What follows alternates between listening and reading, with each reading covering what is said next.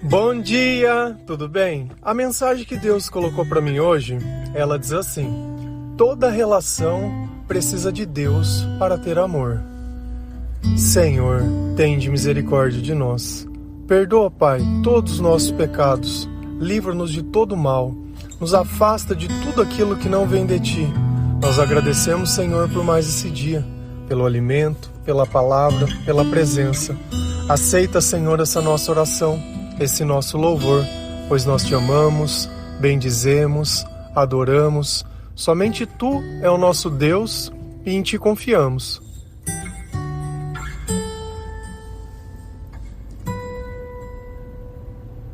Se nós acabarmos por pensar, todas as pessoas, elas buscam e desejam ter alguém. Só que, na nossa cabeça, o amor é uma questão de encontrar.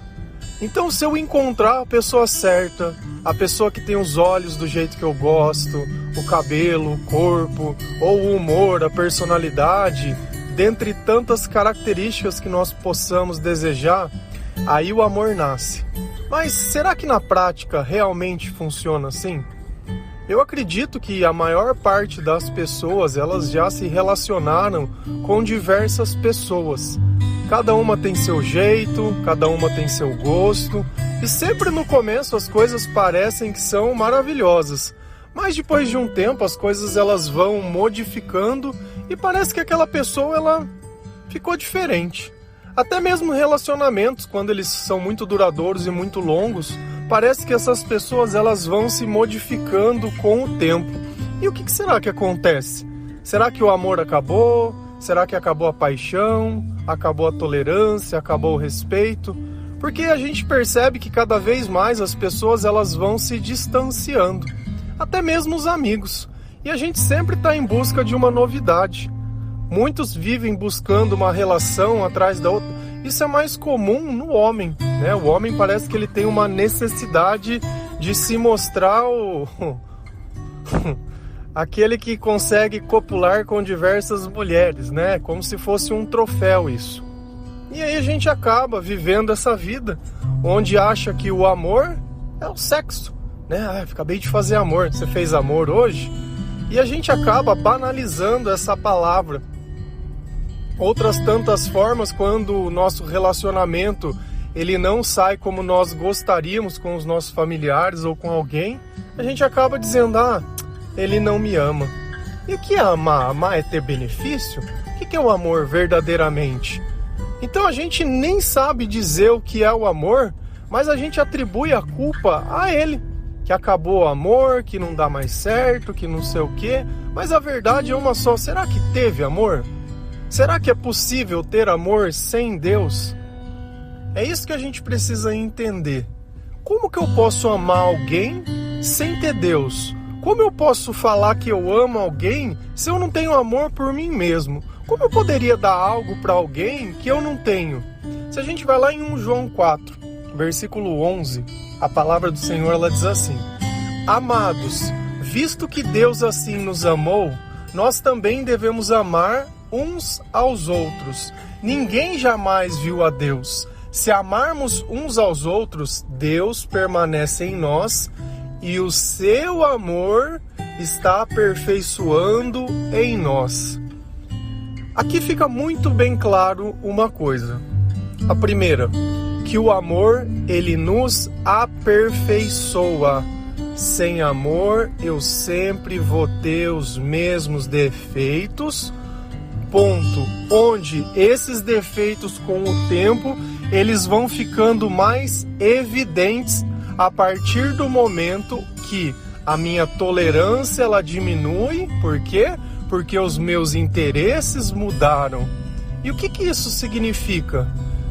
A resposta de que porque no começo de uma relação as coisas parecem melhores e depois de um tempo elas pioram. A verdade é uma só, porque a tua tolerância e o teu interesse ele diminuiu. Porque enquanto você queria se mostrar uma pessoa legal, você aceitava certos tipos de coisa. Mas depois que você ganhou a confiança, aí você vai querer que essa conta seja paga. Então, quando Deus ele participa da nossa vida, o amor ele nos aperfeiçoa. Ontem nós falamos que o perfeito amor lança fora o medo, porque o medo envolve castigo, e aquele que teme não é perfeito no amor. Então olha como a palavra de Deus, em um termo, ele vai se conectando ao outro, e conforme nós vamos ouvindo a palavra, essas coisas elas vão fazendo mais sentido na nossa vida. Então, para que nós possamos, primeiramente, nos tornar pessoas melhores, o que é preciso? Que o amor nos aperfeiçoe, tá? Mas como eu faço para esse amor se aperfeiçoar? Então nós temos que entender o que é o amor. O amor é um comportamento ou o amor é uma presença? O amor é a presença do Espírito Santo na nossa vida. Então, quando a gente pensar em amor, nós temos que pensar que Deus precisa estar presente junto de nós para que nós possamos criar as características de quem ama. É mais ou menos assim. Vamos imaginar que você está no escuro. Tá? Você consegue ver? Não consigo ver nada. Nossa, por mais que eu aperte os meus olhos, eu não consigo ver. Eu vou lá e eu te dou uma lanterna. Tá bom. Pelo fato simples de você ter uma lanterna, você consegue ver? Depende. Se essa lanterna não estiver carregada, é a mesma coisa que eu não tivesse. Deus, ele não é nem a lanterna e nem a pessoa. Deus é justamente aquilo que capacita que a lanterna ligue e que o homem veja. Deus é a capacitação de nós a realizar coisas que já estão em nós. Esse é o ponto em questão. A visão já estava em mim? Estava, mas eu podia ver? Não. Por quê? Porque para mim ver, eu dependo da luz. Então nós sempre vamos ter a dependência de Deus. Não adianta a gente achar que, pelo fato de eu ter a lanterna, eu já vou poder sair olhando e vendo. Num relacionamento, basicamente a lanterna é o outro, mas sem a pilha dentro não faz luz. E às vezes você se fica frustrado. Amados, visto que assim Deus nos amou, nós também devemos amar uns aos outros.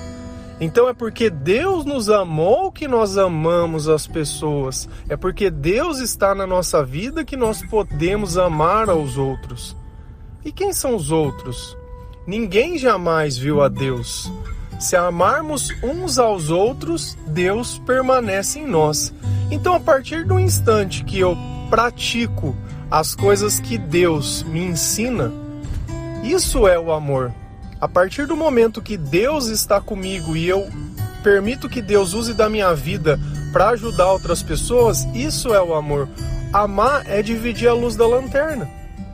Exatamente isso. A mesma lanterna que me beneficia vai beneficiar também outras pessoas. Mas nós precisamos sempre da luz. Nós precisamos sempre de Deus para que outras coisas que já estão em nós possam funcionar. Então você imagina o tanto de dom e o tanto de coisa que já está dentro de você, mas só não se manifesta porque Deus não está te dando aquela força. E olha para você ver como a analogia ela é perfeita. Às vezes a gente se sente fraco. Nossa, eu tô tão fraco hoje, eu não tenho força. Olha exatamente como a simbologia e os termos são o mesmo. Jesus ele diz que ele é a luz do mundo. Diz também que ninguém vem ao Pai a não ser por ele. E aqui vem a resposta. Como que eu permaneço no amor? Ninguém jamais viu a Deus. Se amamos uns aos outros, Deus permanece em nós.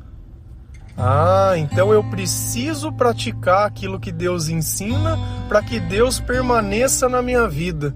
Então, não é uma escolha a gente dividir o evangelho, anunciar as boas novas, se importar, sabe, tentar ajudar, fazer as coisas que o Senhor ensina na palavra. Isso é a garantia que cada vez que eu fizer isso, eu tô me aperfeiçoando no amor. Agora, olha para você ver como às vezes as coisas elas acabam ficando distorcidas. Normalmente nós atribuímos a responsabilidade desse tipo de coisa a um pastor, a um padre, um diácono, alguém da igreja. Você não, você é aquele que senta e paga o dízimo. E olha o que Jesus diz, não, vocês vão ter que praticar esse amor.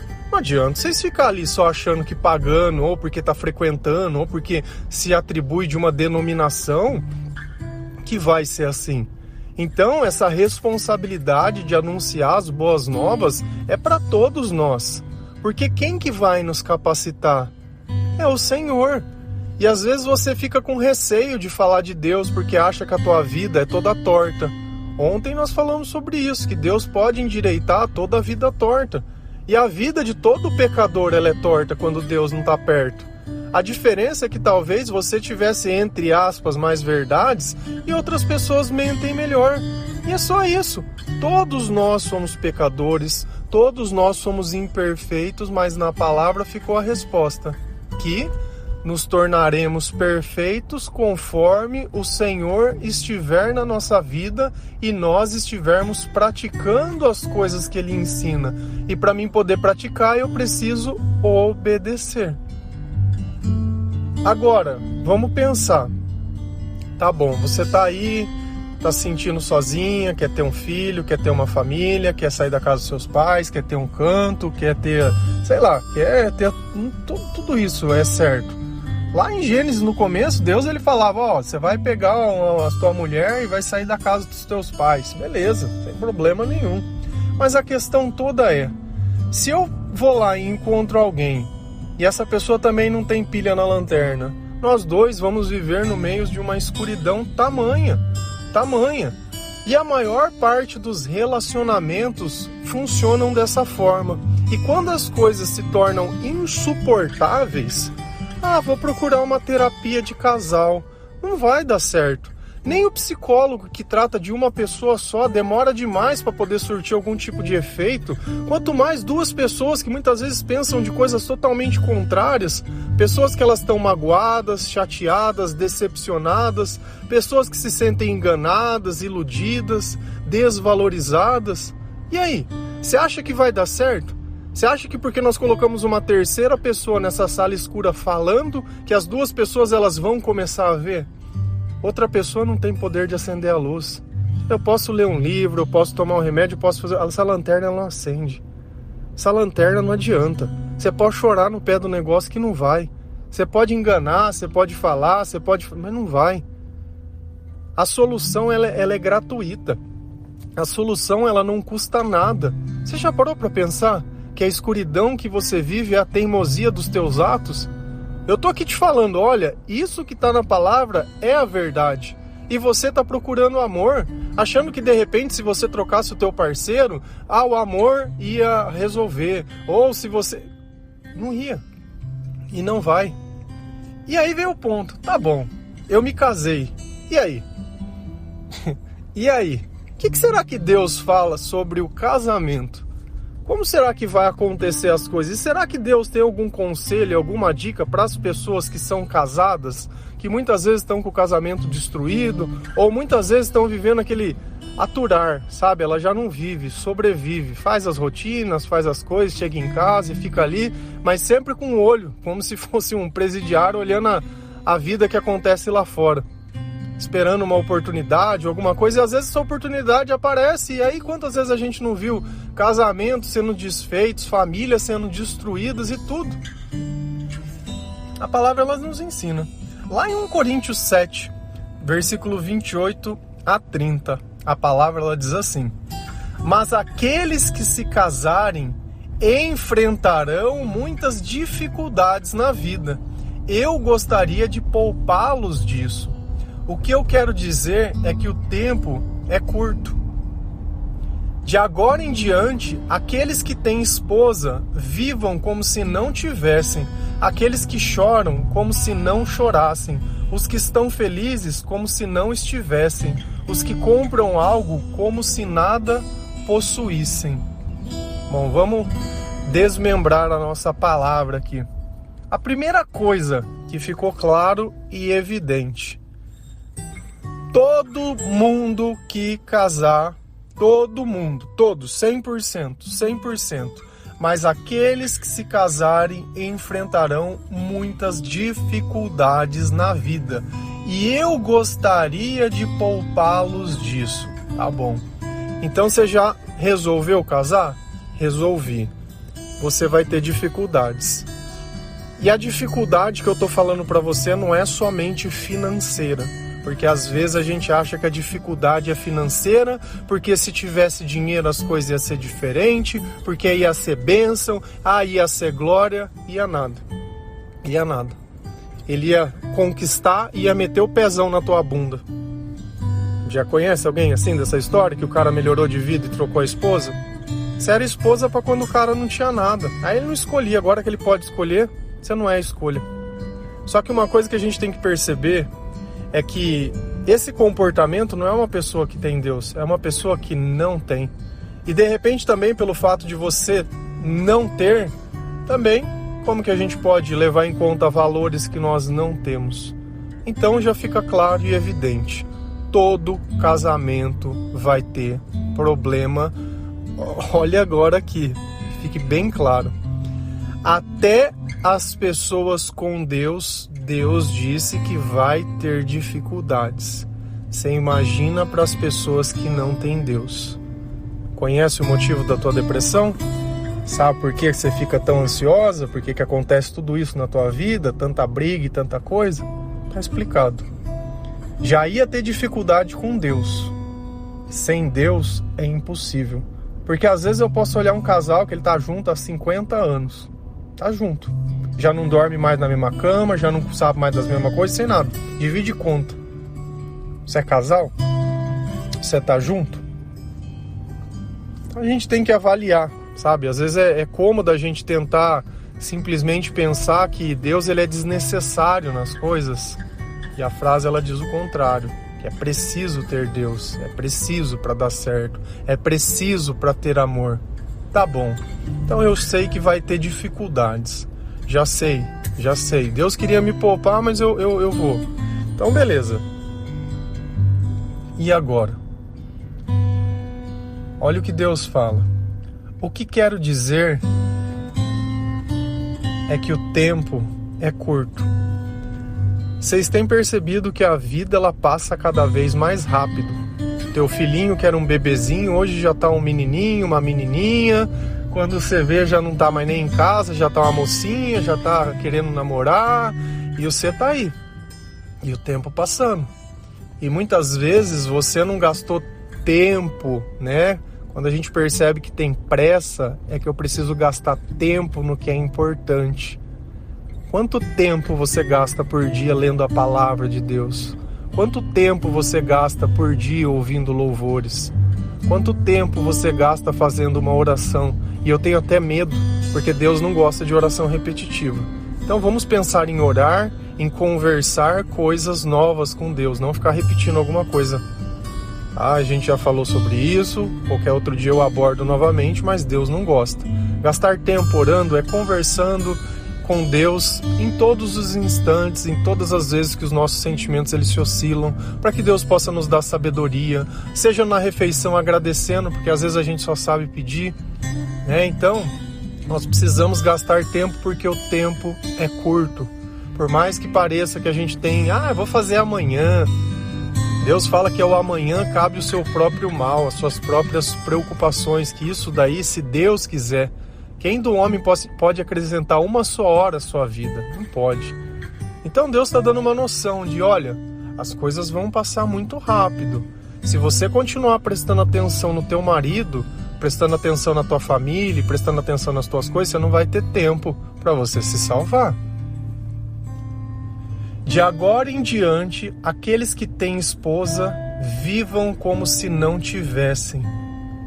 Aqueles que choram como se não chorassem, os que estão felizes como se não estivessem, os que compram algo como se nada possuíssem. Por que Deus ele está falando negue? Se você tem esposa, viva como se não tivesse. Você sabe o que Deus está falando aqui? Gaste tempo em mim, que você já perdeu tempo demais na sua esposa e ela não vai mudar. O teu marido ele não vai mudar. Ele só vai mudar quando ele esquecer a esposa e começar a olhar o Senhor. E a esposa esquecer o marido e começar a olhar o Senhor. E aí o que vai acontecer nesse momento? As duas pessoas vão começar a se amar. As duas pessoas vão começar a se aperfeiçoar, a se tolerar, a perdoar, a se comprometer, a ter cumplicidade, a ter um relacionamento, aí as coisas elas vão funcionar do jeito certo. São duas pessoas que têm a lanterna e as duas lanternas têm pilha. Uma não depende da luz da outra, são independentes. A salvação ela é individual e independente. Viva como se não tivessem, aqueles que choram como se não chorassem.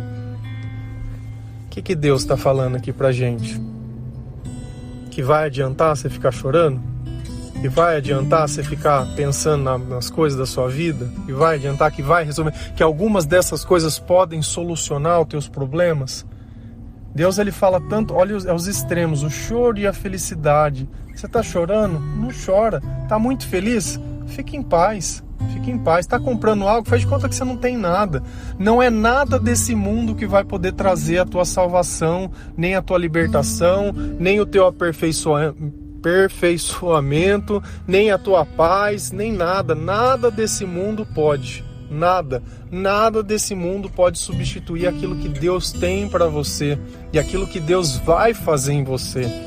Então lembra, o tempo é curto, o casamento vai ter problema, tira o foco das pessoas, coloca o foco em Deus, gasta tempo lendo a Bíblia, ouvindo o devocional, pregação e tudo. A igreja ela é importante, mas não é tudo, porque é muito pouco, 1-2 horas por semana, só de falar de Deus e o resto da semana inteira vivendo na escuridão e nas trevas. Não tem como. Se você fosse numa escola, que você tivesse uma aula de 2 horas, uma vez por semana, você ia lembrar do quê? Se nem você estudando todo dia na hora da prova você não lembrava, você imagina se fosse desse jeito. Então nós não podemos deixar um papel secular para Deus na nossa vida. Ele tem que ser o primeiro lugar. Ele tem que ser o alvo. Nós precisamos entender que para que tenha amor nas nossas relações, em todas é necessário Deus. Se tem o exemplo sobre o casamento, então que você esteja ciente que o teu casamento, enquanto vocês não se aperfeiçoarem, vai ter diversos problemas. E vocês dois precisam. E talvez você esteja falando, mas eu não sei, minha mulher. Escuta o áudio, para que todo mundo da casa possa ouvir de vida. Não é isso que a gente faz, a gente divide aquilo que é bom. Deixa o teu comportamento demonstrar que o amor tem te aperfeiçoado, que você tirou o foco da esposa, do marido, das coisas dos teus interesses e começou a cuidar dos interesses de Deus. E aí você vai ver. Eu falo para você, 3 meses, você vai viver uma vida que você nunca viveu. Porque justamente esse é o tempo que Deus ele serve para curar as nossas feridas. Só que depois disso, você continua aumentando a dose. Porque diferente de um remédio, que quando você sara, você para de tomar, Deus é diferente. Cada vez a gente toma mais. Porque a gente gasta tempo naquilo que é bom, porque o tempo é curto. Amém?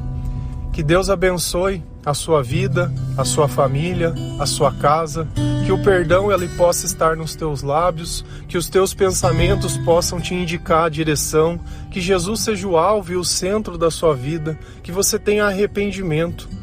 Errar é humano, perdoar é divino. Amém? Que Deus abençoe cada um de vocês. Feliz a nação cujo Deus é o Senhor. Um bom dia.